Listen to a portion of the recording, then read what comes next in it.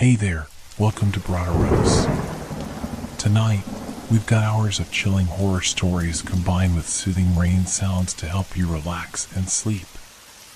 Before you drift off, leave a comment below and let us know where you're listening from and what time it is. And don't forget to hit that like button and subscribe right away. If you end up not enjoying it, you can always take it back later. Get cozy and let the fear take over.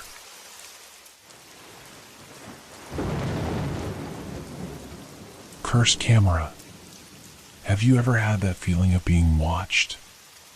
That prickling sensation on the back of your neck, as if unseen eyes were boring into you?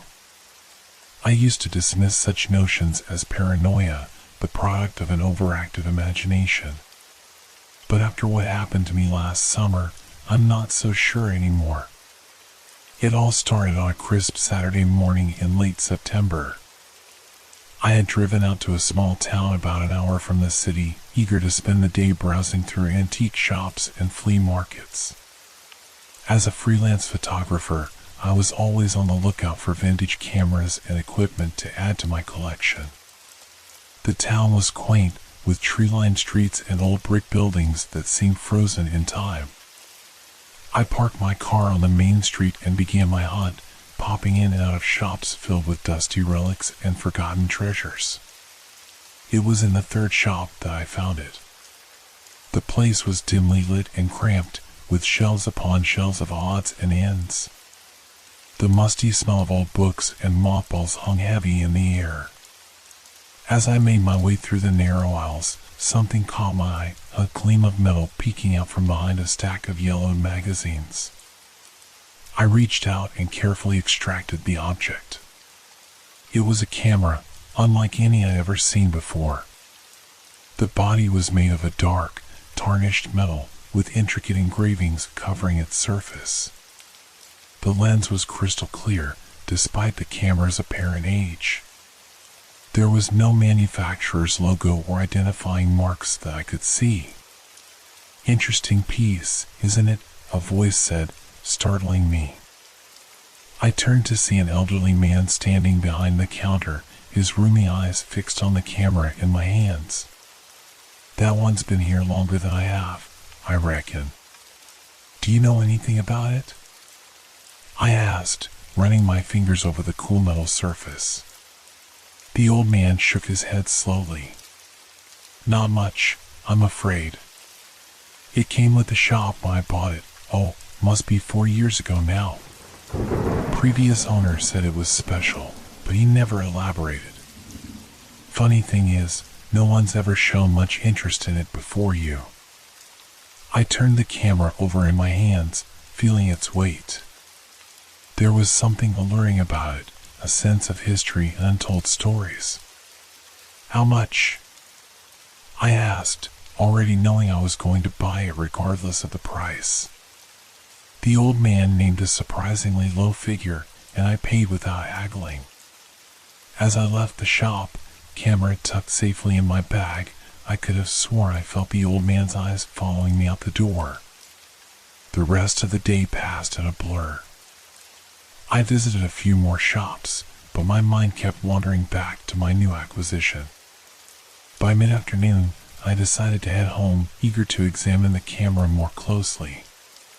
As I drove back to the city, the sun began to set, painting the sky in brilliant shades of orange and pink. I couldn't resist the urge to pull over and capture the moment. I parked at a scenic overlook and retrieved the vintage camera from my bag. It took me a few moments to figure out how to open the back and load the film. The mechanism was unlike anything I'd worked with before, but eventually, I heard a satisfying click as everything fell into place. I raised the camera to my eye, framing the sunset through the viewfinder. The world seemed to shift slightly as I looked through the lens, the colors more vivid, the shadows deeper. I held my breath and pressed the shutter. Click. The sound echoed in the stillness of the evening, seeming to reverberate through the air. As I lowered the camera, a chill ran down my spine. For a split second, I could have sworn I saw something in the viewfinder, a dark shape just at the edge of the frame. But when I looked up, there was nothing there but the fading light of day. I shook my head, trying to dispel the uneasy feeling that had settled over me. It was just my imagination, I told myself. Too many hours spent in dusty antique shops, that's all. As I got back into my car and started the engine, I glanced in the rearview mirror. For a heartbeat, I thought I saw a figure standing by the guardrail where I had just been. But when I whipped around to look, there was nothing there. I drove home faster than usual that night, my knuckles white on the steering wheel. The camera sat on the passenger seat beside me, and I couldn't shake the feeling that it was watching me, waiting. Little did I know that single photograph would be the beginning of a nightmare that would consume my life. If only I had left that camera in that dusty shop, gathering cobwebs for another 40 years. If only I had never pressed that shutter. But I did. And now, I can't help but wonder, what exactly did I capture that day?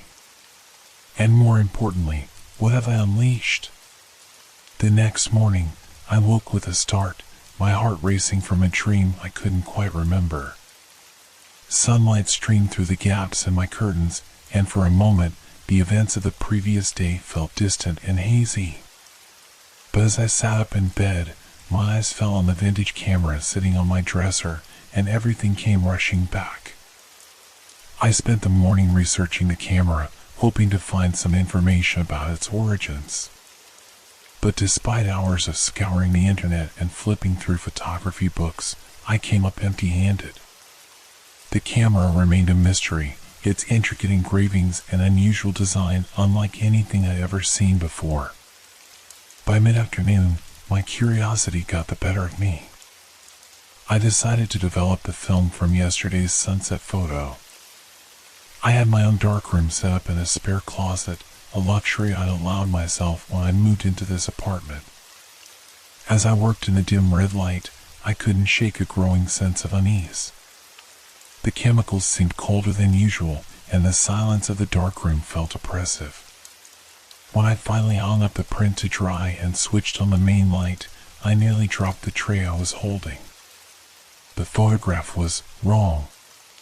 The sunset I'd captured was there, yes, but it was distorted, the colors bleeding into each other in a way that made my eyes hurt to look at it.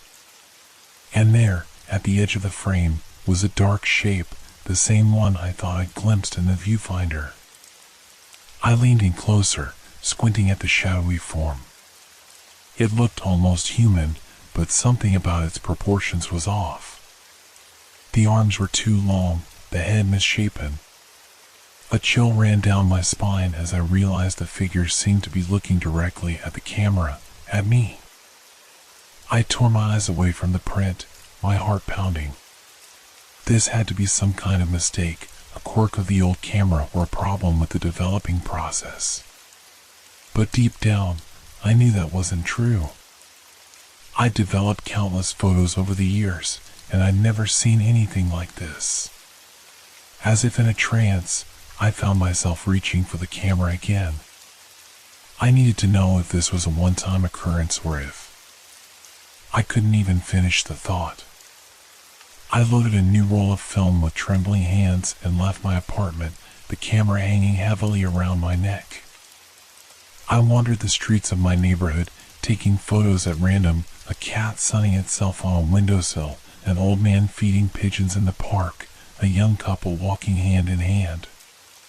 With each click of the shutter, I felt a growing sense of dread, as if I was sealing my own fate.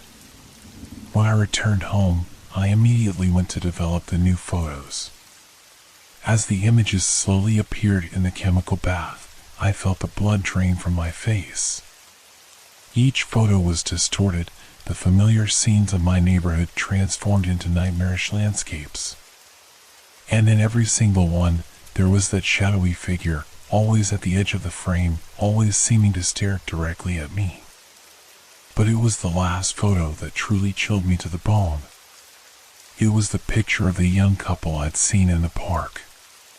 In my photo, they were no longer holding hands. Instead, the shadowy figure stood between them, its elongated arms wrapped around their shoulders. Their faces were turned towards it, frozen in expressions of utter terror. I stumbled out of the dark room, my mind reeling. What was happening? What had I unleashed with this cursed camera? As if in answer to my unspoken questions, my phone buzzed with a news alert. There had been a tragic accident in the park. A young couple had been found dead, the circumstances mysterious and unexplained. I felt the floor drop out from under me. This couldn't be a coincidence. Somehow, someway, the camera wasn't just capturing images, it was predicting them. Or worse, causing them. I sank to the floor, the weight of this realization crushing me. The camera sat on the table nearby, innocent looking yet terrifying in its implications.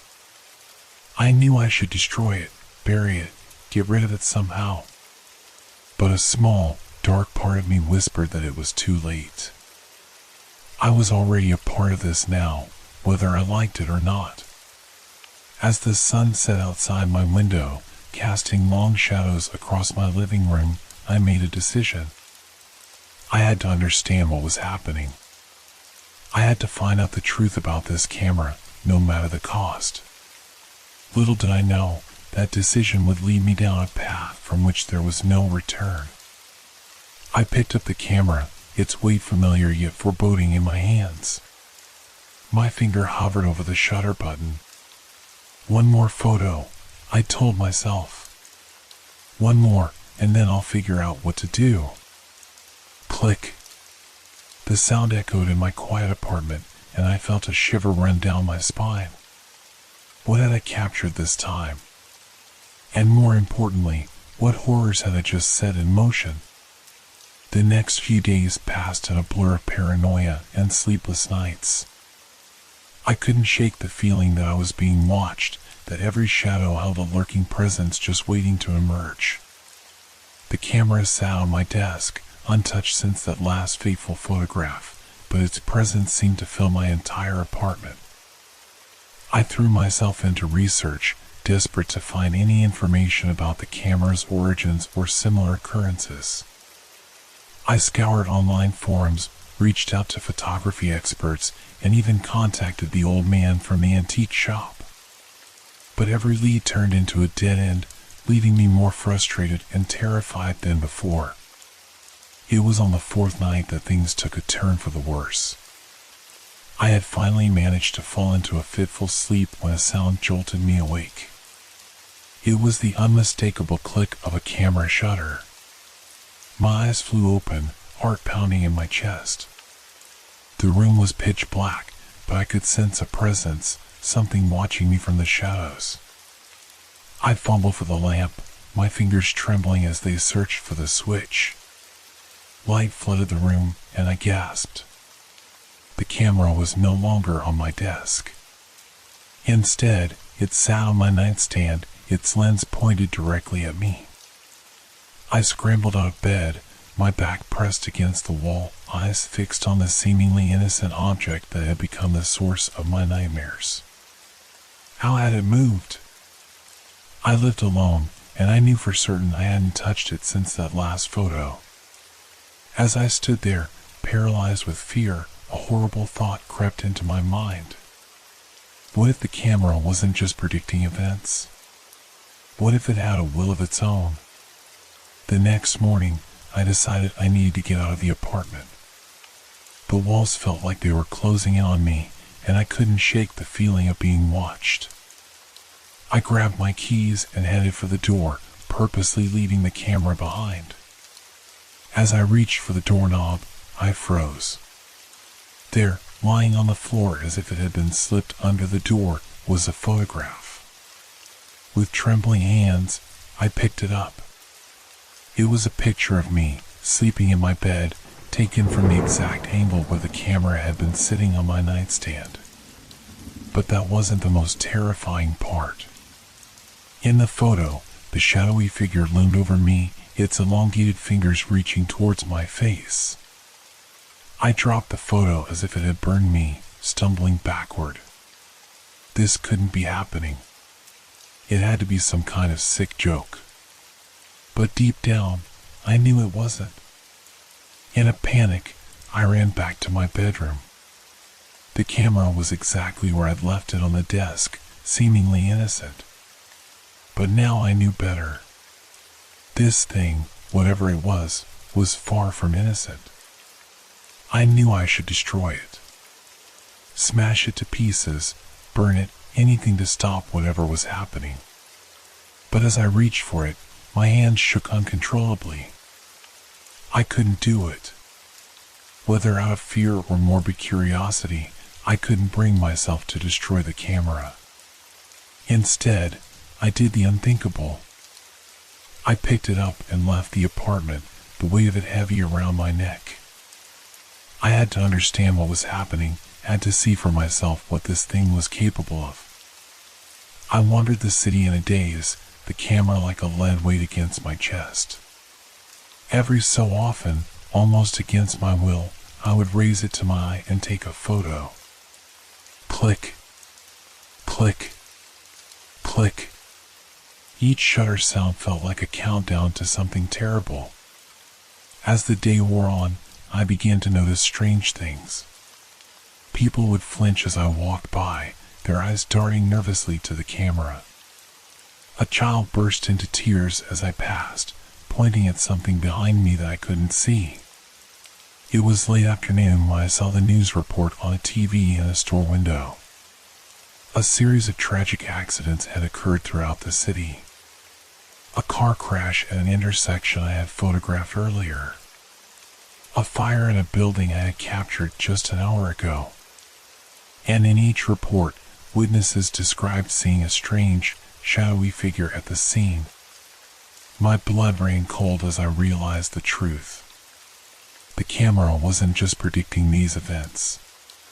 It was causing them. And I was its unwilling accomplice. I ran home, my mind reeling with the implications of what I had done. As I burst through my apartment door, I was met with a sight that stopped me in my tracks. Every surface of my living room was covered in photographs. Hundreds of them, all showing scenes of horror and tragedy. And in each one, the shadowy figure grew clearer, more defined.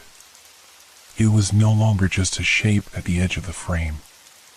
Now it dominated the images, its featureless face turned towards the camera, towards me. I sank to my knees, overwhelmed by the weight of what I had unleashed. The camera hung heavy around my neck, and I could feel its pull, urging me to take just one more photo, to see what would happen next.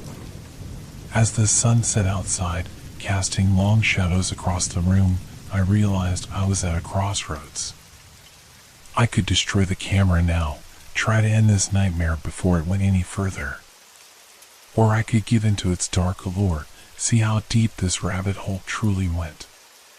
With shaking hands, I raised the camera to my eye one more time.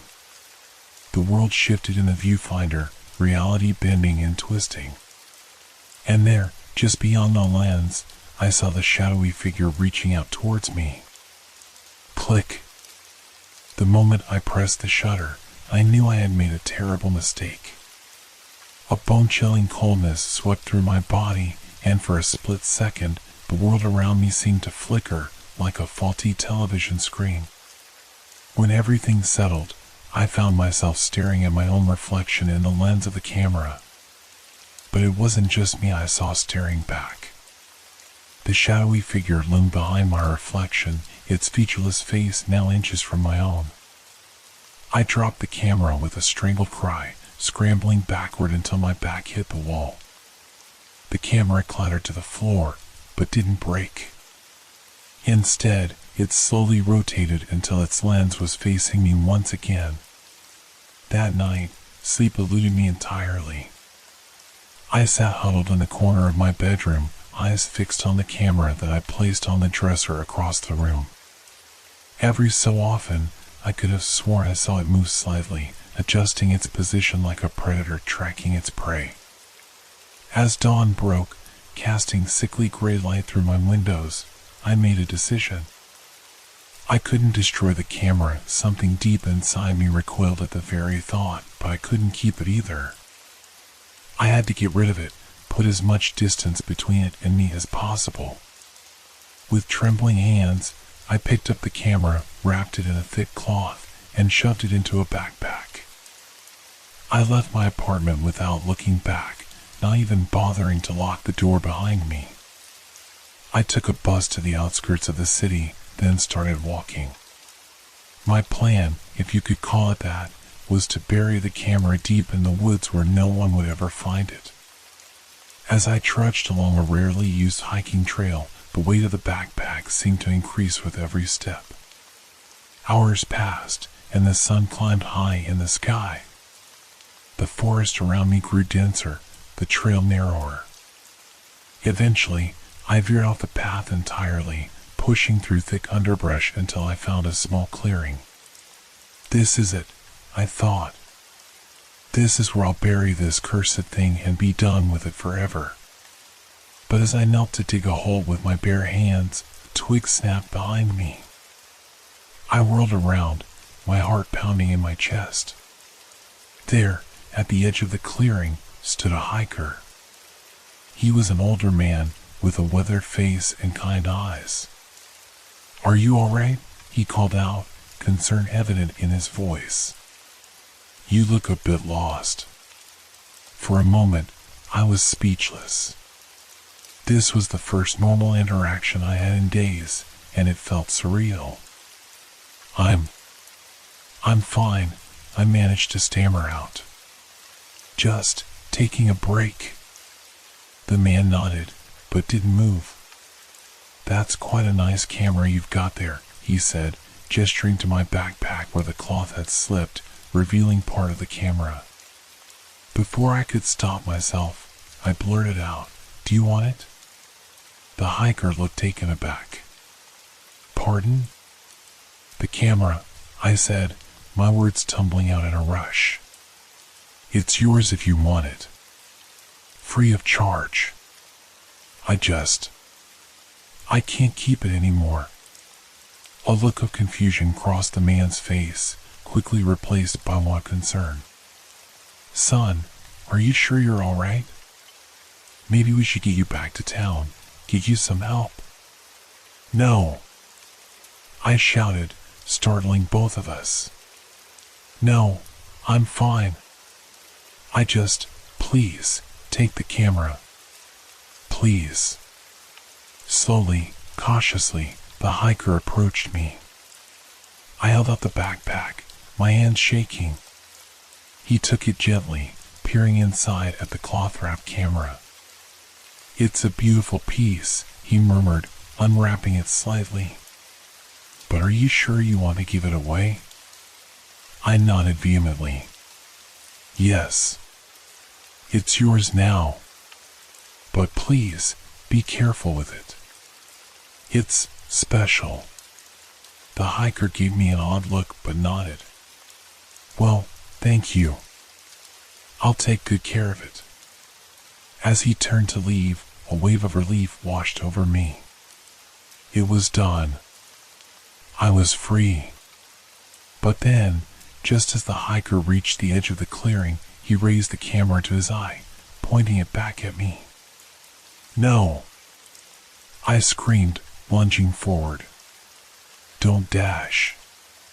Click. The sound of the shutter seemed to echo through the forest, and the world around me began to warp and twist. The trees bent at impossible angles, their branches reaching towards me like grasping hands. The ground beneath my feet turned to shifting shadows, and I felt myself sinking. The last thing I saw before the darkness swallowed me was the hiker, his kind face now a mask of terror as the shadowy figure emerged from behind him, its elongated arms wrapping around his body. I woke up in my apartment, drenched in sweat and gasping for air. Sunlight streamed through the windows, and for a moment I allowed myself to hope it had all been a terrible nightmare. But then I saw it. The camera, sitting innocently on my bedside table, its lens pointed directly at me. And I knew, with a certainty that chilled me to my very core, that my nightmare was far from over. In fact, it was only just beginning. The realization that I couldn't escape the camera's influence hit me like a physical blow. I sat on my bed, staring at the accursed object, my mind racing. How many times had I tried to get rid of it? How many scenarios had I lived through, only to find myself back here, trapped in an endless cycle of horror? I lost track of how long I sat there, paralyzed by fear and indecision. The sun moved across the sky, shadows lengthening as afternoon turned to evening. Still, I couldn't bring myself to move, to touch the camera, to even look away from it. As darkness fell, my phone buzzed with a notification. With trembling hands, I picked it up, half expecting to see news of another tragedy I'd inadvertently caused. Instead, it was a message from an unknown number. I know about the camera. Meet me at the old lighthouse at midnight. Come alone. My heart raced. Someone else knew? Could they help me? Or was this just another trick, another layer to this nightmare? Despite my reservations, I knew I had to go. It was the first lead I had since this whole ordeal began. With a deep breath, I stood up and grabbed the camera. As much as I hated it, I couldn't risk leaving it behind. The drive to the lighthouse was tense. Every shadow on the road seemed to move, every reflection in my rearview mirror looked like the featureless face that had been haunting me. By the time I pulled up to the base of the lighthouse, my knuckles were white from gripping the steering wheel. The lighthouse stood tall and imposing against the night sky, its beams sweeping across the choppy waters below. As I stepped out of my car, the wind whipped around me, carrying the scent of salt and decay. "You came," a voice said from the darkness, making me jump. An old woman emerged from the shadows. Her face was lined with age, her eyes sharp and knowing.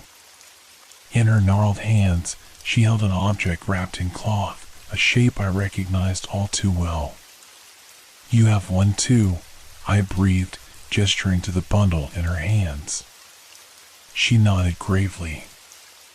"I've had it for 60 years. And now, like you, I'm trapped." Over the next hour, she told me her story. How she'd found her camera in an old pawn shop. How she discovered its power and its curse. How she tried to destroy it, to give it away, to bury it at sea. But always, it returned to her. "There's only one way to end this," she said, her voice barely audible over the crashing waves. "We have to use the cameras one last time. On each other." I felt a chill run down my spine. What will happen? Her eyes met mine, filled with a mixture of fear and determination. "I don't know. But it's the only thing I haven't tried in 60 years. With shaking hands, we both unwrapped our cameras. They were identical, down to the last intricate engraving. As we raised them to our eyes, I saw the world shift and warp through the viewfinder. And there, standing between us, was the shadowy figure. But this time, it wasn't reaching for us. It seemed afraid. "Now," the old woman shouted. We pressed the shutters simultaneously. Click. Click. The world exploded into chaos. The lighthouse beam swung wildly, illuminating impossible scenes with each pass. I saw realities fracture and merge, timelines colliding and splitting apart. The shadowy figure writhed and twisted, caught between our camera's lenses. And then, suddenly, everything went still. I lowered the camera, blinking in the sudden darkness. The old woman was gone. So was the shadowy figure. I stood alone at the base of the lighthouse, waves crashing against the rocks below. With trembling hands, I raised the camera once more, peering through the viewfinder. But all I saw was an ordinary scene: the lighthouse, the sea, the night sky. No distortions, no lurking shadows. Was it over? Had we finally broken the curse? As if in answer, I felt the camera grow hot in my hands. I dropped it with a cry, watching as it hit the rocky ground and shattered into 1,000 pieces. As the fragments scattered in the wind, I felt a weight lift from my shoulders. But even as relief washed over me, a new fear took hold. What had me unleashed with that final photograph? What new horrors might be out there, born from the collision of realities we'd witnessed? As I turned to leave, my foot struck something. I looked down to see a small, metallic object glinting in the moonlight. With a sense of dawning horror, I realized it was a camera lens cap. A lens cap that hadn't been there a moment ago. I ran to my car, tires squealing as I sped away from the lighthouse. But even as the miles stretched between me and that cursed place, I couldn't shake the feeling that this wasn't the end. It was just the beginning of a new nightmare.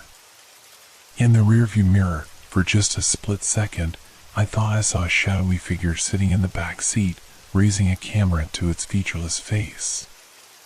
Click. Night at the gas station. I never thought a gas station could become a prison of sorts, yet here I was, alone in a small, dimly lit booth, the fluorescent lights flickering above me. The gas station stood at the edge of town, surrounded by endless fields of black, unwelcoming nothingness. The night shift had always been a strange blend of tranquility and unease. Few customers came through after dark, and those who did often moved like shadows, quick and quiet. It was around 3 in the morning when I first noticed him. A man in a weathered brown jacket, hair slightly disheveled, with an unsettling calmness about him. He pulled up in an old sedan that sputtered more than it drove. I watched as he exited the car, his movements oddly deliberate, like he was following a script only he understood. As he approached the counter, I forced a smile, trying to mask the dull ache of fatigue that settled in my bones. "Fill it up," he said, his voice a low murmur, devoid of any warmth. I nodded, feeling the weight of his gaze as I turned to the register. The pump clicked and sputtered as I filled his tank. It was just another mundane task, yet there was something unnerving about the way he stood there, staring into the darkness beyond the gas station's glow. I finished and looked back at him, ready to take his payment, but he was already back in his car, driving away into the abyss. As the hours slipped by, he returned. Same car, same brown jacket, and the same quiet demand: "Fill it up." It felt surreal, like some bizarre performance art piece. I couldn't shake the feeling that I had seen this scene before, as if I were trapped in a loop. Each time he visited, it was the same. The same words, the same routine. I watched him drive away into the night, and with each departure, a strange dread began to settle in my chest. Around 5 o'clock, the gas station buzzed with a momentary lifeline. A delivery truck stopped for fuel. The driver, a burly man with a beard, noticed my distant stare as I filled his tank. "You okay, kid?" he asked, leaning against his truck, eyeing me with concern. I shrugged, attempting to brush off the mounting anxiety. "Yeah, just a long night." He chuckled. "These nights can be strange. You ever see anything weird out here?" I opened my mouth to respond but hesitated, recalling the man in the brown jacket. "Just the usual," I replied, my voice trailing off. The driver nodded, oblivious to the unease that had begun to envelop me. With the truck finally fueled and the driver gone, silence returned. The eerie calmness of the night was broken only by the distant sound of crickets and the occasional rustle of leaves outside. I glanced at the clock, its hands crawling towards 6. The morning light began to break, but it felt distant, barely cutting through the oppressive dark. As the hours dragged on, I couldn't shake the feeling that I was being watched, as if the shadows themselves were closing in on me. The man returned again, this time at 6:20. His face was unreadable, but there was something almost mechanical in his demeanor. "Fill it up," he repeated, the words now a chilling mantra. This time, I hesitated. "You know, you've come here several times tonight," I said, trying to inject a bit of humor into the tension. "You must really like my gas." His eyes locked onto mine, and a strange expression flickered across his face, something between irritation and confusion. "Just fill it up." The command was steady, unwavering. I felt a chill run down my spine, and I nodded, returning to my task. As I filled the tank, my mind raced. Why was he here? What was driving him to return time after time? I could feel the weight of his stare like a physical presence, something heavy and foreboding. When I finished, he simply took the keys from the ignition, a distant look in his eyes, and drove off without a word. I felt hollow as I watched the taillights fade into the encroaching dawn, and with every passing minute, the sun creeping above the horizon brought no relief, only a gnawing unease that twisted in my stomach. The world outside was waking up, but inside the gas station, I felt trapped in a nightmare I couldn't escape. The thought crossed my mind, what if he came back again? The idea that I was part of this bizarre ritual filled me with dread. I glanced out the window, half expecting to see his car pull back into the lot. But all I saw was emptiness. The sun rose slowly, casting long shadows across the gas station lot, but the brightness did little to ease the unease lingering in my gut. Customers began to trickle in, but my mind was still tangled in the peculiar events of the night before. I served them mechanically, the routine of my job feeling more like a chore than ever. I tried to push thoughts of the man in the brown jacket to the back of my mind. It was easy to chalk it up to the fatigue that always seemed to creep in during the night shifts. But something about the way he returned again and again gnawed at me, and I couldn't shake the feeling that I was waiting for something, a confrontation, perhaps, or an explanation that would never come. As the clock ticked toward midnight, the gas station transformed once more. I prepared myself for the late-night customers, familiar faces seeking snacks, drinks, or the comfort of a warm cup of coffee. I had seen them all, yet the thought of the man's return loomed in the back of my mind. Sure enough, just past 1 in the morning, I caught sight of the familiar brown sedan approaching. My heart raced as he parked in front of the pump, the engine sputtering to a halt. He stepped out, and I felt the chill of déjà vu wash over me. "Fill it up," he said again, his voice unwavering. This time, I decided to confront him. "You've been here before, you know," I said, forcing a casual tone, even as my hands shook slightly. "Is there a reason you keep coming back?" He paused, staring at me as if he was weighing his response. For a moment, I thought I might see a flicker of humanity in his eyes, but it was quickly replaced by the same vacant expression. "Just fill it up." Frustration bubbled within me, but I did as instructed. I could feel his eyes on me, scrutinizing my every move as I worked. I fought the urge to look over my shoulder, the feeling that something was behind me growing stronger. The world outside felt like a stage, and he was the only audience, watching me unravel. When I finished, he took his time, examining the gas station as if he had never seen it before. It was unnerving. I tried to maintain a calm demeanor, but my nerves were fraying. I wanted to scream, to run, to tell him to leave me alone, but instead, I remained silent. After a long pause, he simply nodded and returned to his car. As he drove away, I let out a breath I didn't realize I was holding. The emptiness of the night enveloped me again, and I felt the weight of isolation pressing down on my shoulders. The clock ticked by, each minute dragging like molasses. I couldn't help but replay the encounters in my mind. There had to be something more to this, something beyond just a strange man needing gas. It was as if he was testing me, pushing me to the edge, to see how far I could bend before breaking. Around 3 in the morning, the gas station felt more like a tomb.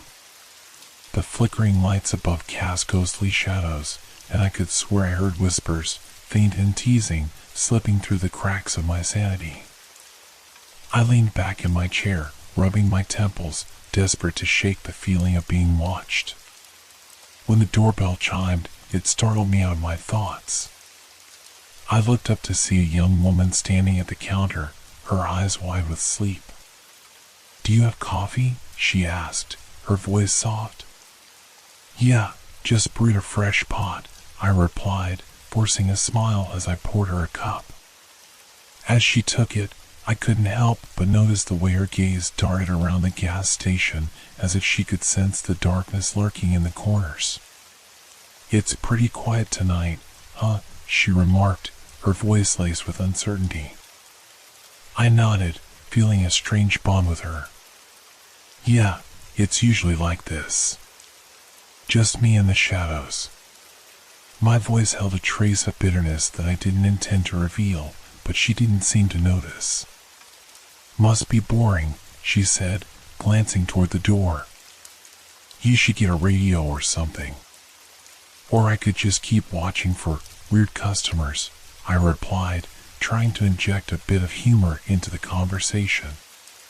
The girl smiled faintly, but her eyes were still scanning the lot, almost as if she were waiting for something. As she left, I returned to my chair, the unease settling back in. I couldn't shake the feeling that I was caught in a web, one that was tightening with each encounter. The gas station felt like a trap, and I was the helpless fly, waiting for the inevitable. The clock struck 4, and a chill ran down my spine as the familiar brown sedan rolled back into view. My heart sank. I had tried to convince myself it was a coincidence, but deep down, I knew better. He stepped out of the car, and once again, his eyes locked onto mine. "Fill it up." I swallowed hard, the fear threatening to consume me. As I went through the motions, my mind raced. Was he trying to send a message? What was happening here? Each encounter felt like a step deeper into a darkness I couldn't comprehend.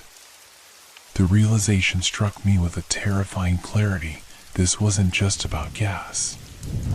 This was about me, my sanity, my reality. And I was losing grip on both. The gas pump clicked and sputtered as I filled his tank, the rhythmic sound echoing in the stillness of the night. I couldn't help but glance at the man in the brown jacket, who stood outside his car with that same unsettling calmness, his gaze unyielding. The night had deepened, and with it, my sense of foreboding. Every nerve in my body screamed at me to break the cycle, to step away from this strange ritual, but I felt anchored to my post. "Why do you keep coming back?" I blurted out, my voice cracking slightly. "What do you want from me?" For a moment, I thought I might see something shift in his expression. A flicker of annoyance, perhaps, or curiosity. But it faded as quickly as it appeared, leaving behind only the void. "Fill it up," he repeated, as if my question had never been asked. I felt my frustration boil over. "What do you mean?" "You're here for gas, but this is different. You've been here too many times. Something's off." His response was chillingly calm. "You're imagining things." A shiver ran through me. I tried to shake off the unease, focusing instead on the simple task at hand. I finished filling the tank and stepped back, arms crossed defensively over my chest. "Take your gas and go," I said, trying to project more confidence than I felt.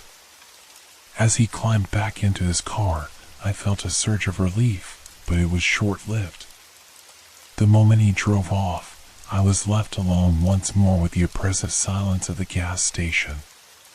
The air felt thicker, almost suffocating, as if the shadows were inching closer, ready to engulf me. With each passing minute, my anxiety escalated. I glanced at the clock, watching as the seconds ticked away. 4:30 came and went, then 5. My mind raced with the implications of his visits, trying to piece together the puzzle that was slowly unraveling before me. What if he was some kind of predator, lurking in the shadows, biding his time? The thought made my skin crawl. I glanced out the window, half expecting to see his brown sedan pull back into the lot, but the night remained eerily still.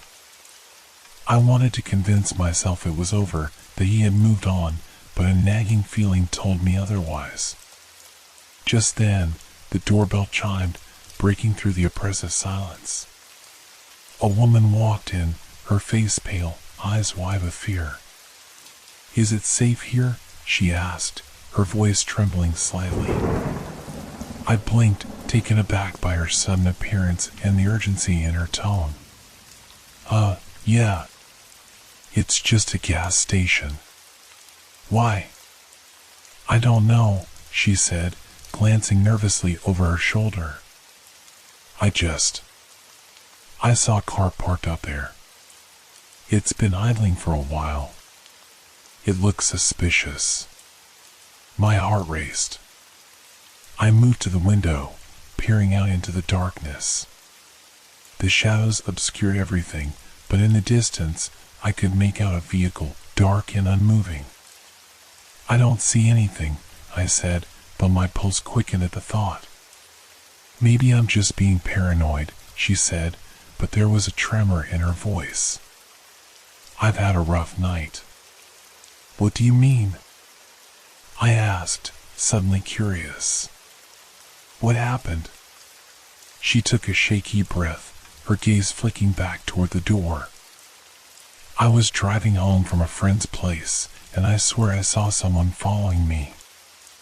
I thought I lost them, but then I pulled in here, and that car showed up. It hasn't moved." The weight of her words settled in my stomach like a stone. "Have you called the police?" "No," she said, shaking her head. "I didn't want to make a scene. I don't want to be alone." I felt an unexpected urge to protect her, to shield her from whatever threat lurked outside. "You can stay here," I offered, trying to sound reassuring. "You're safe inside." She nodded, but I could see the fear in her eyes. I moved behind the counter, the familiar surroundings providing a small sense of comfort. As we waited, I couldn't shake the feeling that we were both prey in this twisted game. I glanced outside again, the tension in my chest building with every passing moment. Time crawled by, and the stillness of the gas station became suffocating. My mind raced back to the man in the brown jacket. Had he come back? Was he the one following her? The pieces began to fit together in a way that sent chills down my spine. "Maybe we should call the police after all," I said, feeling the weight of the decision settle on my shoulders. Just as I reached for the phone, the door creaked open, and I froze. The familiar silhouette stepped inside, the man in the brown jacket. My heart dropped. He scanned the room with an unsettling calmness, his eyes locking onto mine. "Fill it up," he said, his voice devoid of emotion. "Not tonight," I said, stepping forward, my voice shaking. "You need to leave." The woman beside me gasped, and I could feel her fear radiating through the air. You know him? She whispered, her voice barely audible. Yes, I replied, forcing my eyes to remain fixed on the man in front of me. And he's not welcome here. A flicker of irritation crossed his face, but it was quickly replaced by an unnerving calmness. You're overreacting. I only want gas. No. You've been here too many times, I snapped. You're not just a customer anymore. You're a threat. His expression shifted slightly, as if my words had struck a nerve. You don't understand, he said, his voice low and almost soothing. This is for your own good. My heart raced as I glanced at the woman beside me, her eyes wide with fear. Get behind the counter, I whispered urgently. Just as she moved, the man stepped forward, closing the distance between us. You're making a mistake, he said, his tone shifting to something darker. You don't want to know what happens when you ignore the warning signs. Before I could react, I grabbed the phone, my hands trembling as I dialed for help. I'm calling the police, I declared, but before I could press the final digit, he lunged forward, faster than I expected. Adrenaline surged through me as I braced for his attack, the world narrowing to the space between us. My heart pounded in my chest like a war drum, drowning out the chaos around me. The woman gasped, but I couldn't spare her a glance. My focus was entirely on the man in the brown jacket. In an instinctive move, I ducked to the side, avoiding his grasp. I sprinted behind the counter, adrenaline fueling my movements. The gas station felt claustrophobic, the walls closing in as I grabbed a canister of pepper spray, hoping it would be enough to deter him. What do you want? I shouted, my voice trembling as I pointed the canister at him. Stay back. He paused, a smirk creeping across his face as if my fear amused him. You think you can stop me with that? You have no idea what I'm capable of. With a surge of courage, I tightened my grip on the spray. I'll do it. Just leave us alone. His laughter echoed through the small space, a chilling sound that sent a fresh wave of panic coursing through me. You're missing the bigger picture, my friend. This isn't just about gas, it's about you. The realization hit me like a punch to the gut. He wasn't here for fuel, he was here for something else entirely. My mind raced with questions. Was he stalking me? What did he want? Call the police. I shouted to the woman, who stood frozen, her face pale. Now! She fumbled with her phone, her hand shaking as she tried to dial. The man stepped closer, and I sprayed the canister, a cloud of mist erupting in his direction. It hit him square in the face, and for a moment he stumbled back, surprised. Get out! I yelled, feeling a flicker of hope as he wiped at his eyes. Just get out of here. But he didn't retreat. Instead, his expression morphed into something darker, more menacing. You think you can defy me? You're playing a dangerous game. Why are you doing this? I shouted, my voice a mixture of anger and fear. What do you want from me? He stepped forward again, more carefully this time, eyes narrowed as he attempted to regain control of the situation. I'm here to show you the truth, the reality of what you've ignored. You're trapped in a cycle, and you can't escape it. I felt a chill creep up my spine. The words hung in the air like a dark cloud. What do you mean? I don't understand. His gaze was intense, piercing through the haze of fear that clouded my mind. You think this is just a gas station? You're a part of something much bigger. The others have all played their roles, just like you. A sickening feeling washed over me. Others? What others? Are you saying you've done this before? He chuckled darkly, the sound sending shivers down my spine. You're not the first to notice the pattern, and you won't be the last. But you are the one who has the chance to break free.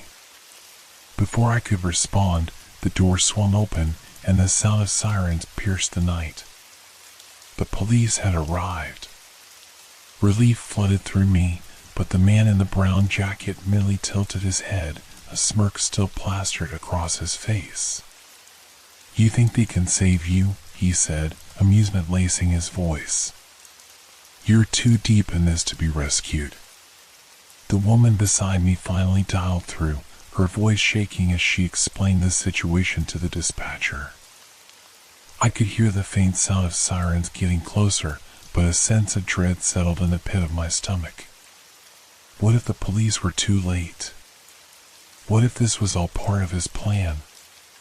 The man took a step toward me, and I raised the pepper spray again, feeling my resolve waver. Stay back, I shouted, my voice steadier than I felt. Help is coming. He laughed again, a low, menacing sound that echoed in the cramped space. Help? This isn't about help, this is about the choices you make. You think you can escape? There's no way out. In that moment, the police burst through the door, lights flashing, their presence filling the room with a sudden sense of authority. Hands where we can see them, one of the officers shouted, gun drawn as he stepped inside.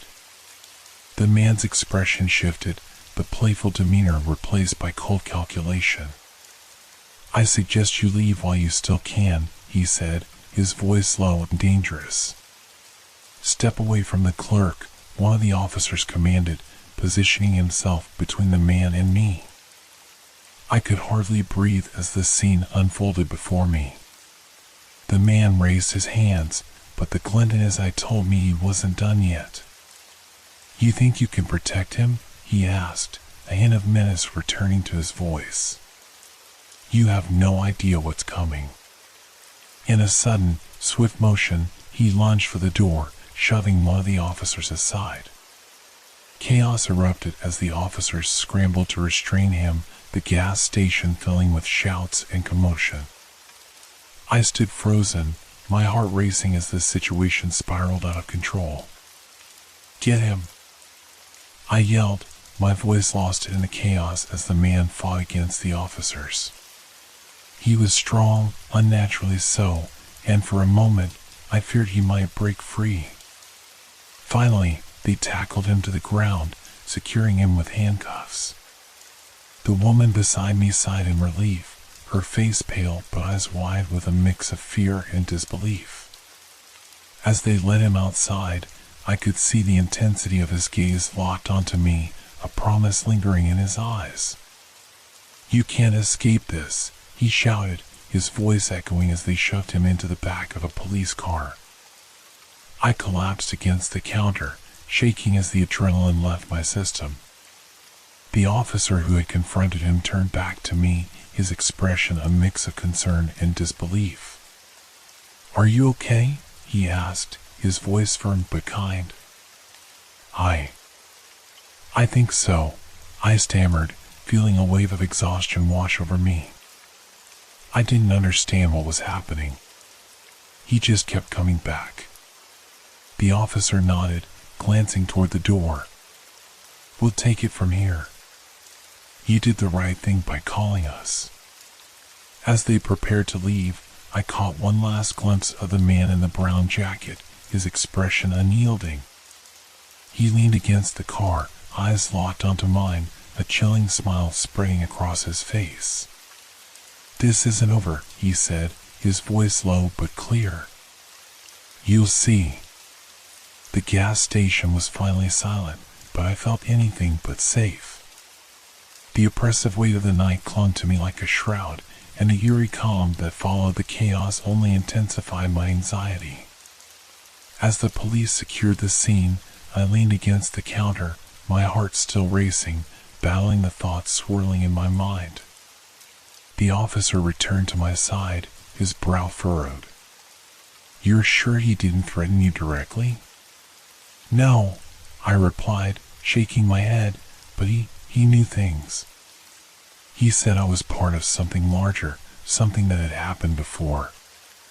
It felt like a warning, but I didn't understand. The officer exchanged a glance with his partner, his expression shifting to concern. We'll check his records. It's possible he's been involved in similar incidents. You did well to call us. I nodded, but his reassurance did little to quell the gnawing unease in my stomach. What had that man meant? What kind of cycle was he referring to? My mind replayed the unsettling encounter, piecing together fragments of conversation and emotion, each more chilling than the last. The police gathered their things, ready to leave, but I couldn't shake the feeling that the danger wasn't over. Are you sure it's safe for me to stay here? I asked, glancing around as if the shadows might conceal some lurking threat. Keep the doors locked and try to stay alert, the officer advised. We'll keep an eye on this area tonight.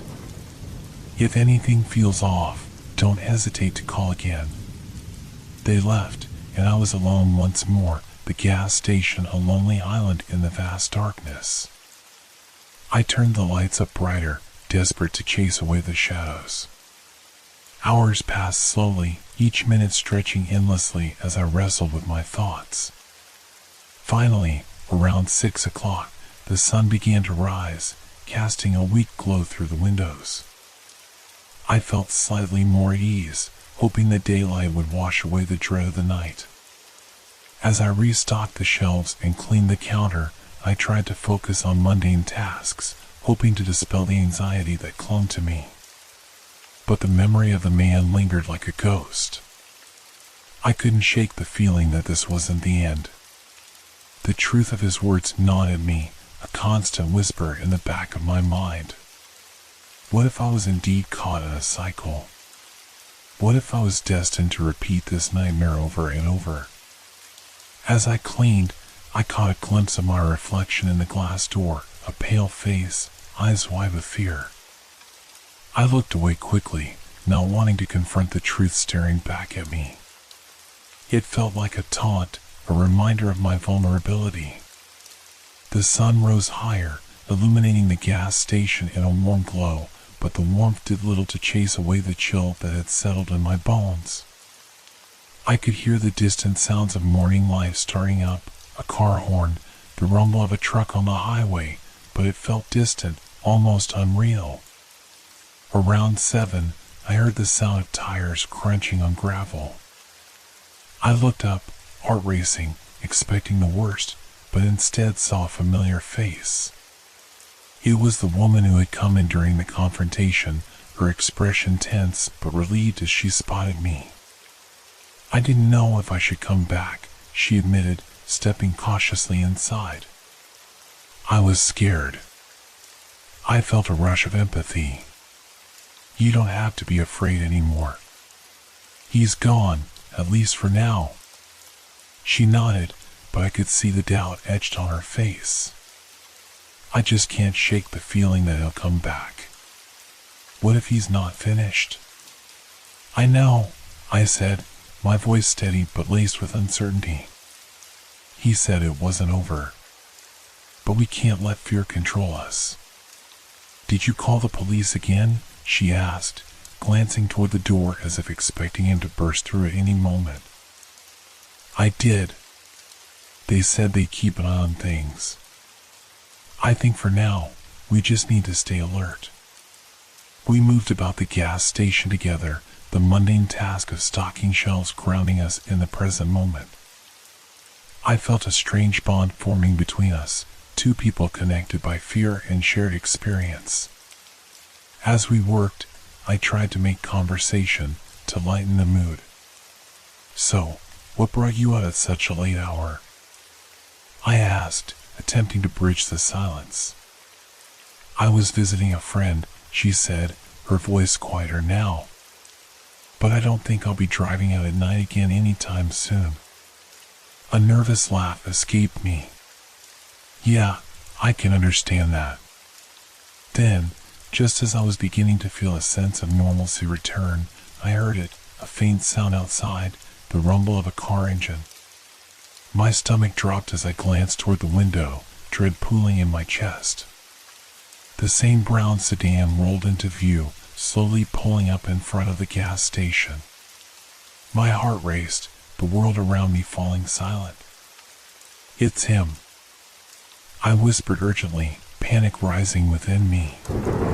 The woman froze, eyes wide with fear. "What do we do?" "Lock the doors," I instructed, my voice trembling slightly. I moved behind the counter, gripping the canister of pepper spray tightly. I watched as he stepped out of the car, the morning sun casting long shadows as he approached. He looked calm, almost casual, as if he were merely coming for a routine fill-up.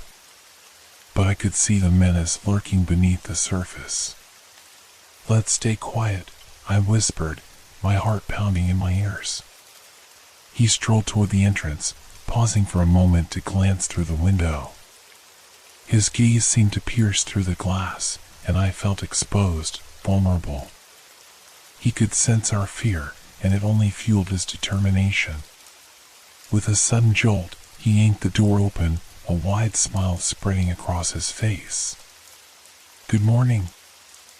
"I'm back for more," he said, his voice dripping with false cheerfulness. I stood frozen, unsure of how to respond. "What do you want?"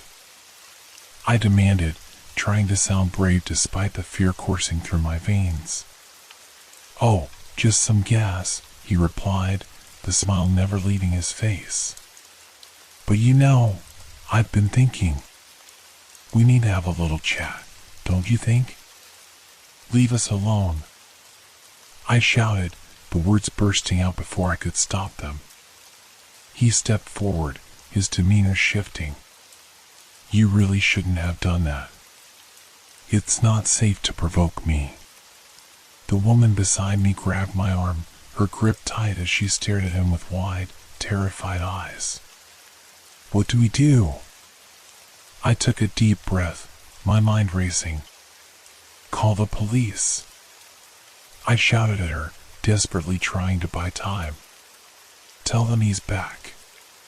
The man laughed, a chilling sound that echoed in the small space. "You think they can save you? They can't help you, not from this." I felt the weight of his words settle over me like a dark cloud. "What do you want from us?" I shouted, forcing myself to stand my ground. "Just a chance to show you the truth," he replied, stepping closer, his eyes gleaming with something dark and twisted. "You're part of something bigger than yourself. You need to understand what that means." As he spoke, a flicker of movement caught my outside. A police car was pulling into the lot, lights flashing. Relief surged through me, but the man in the brown jacket noticed, his expression darkening.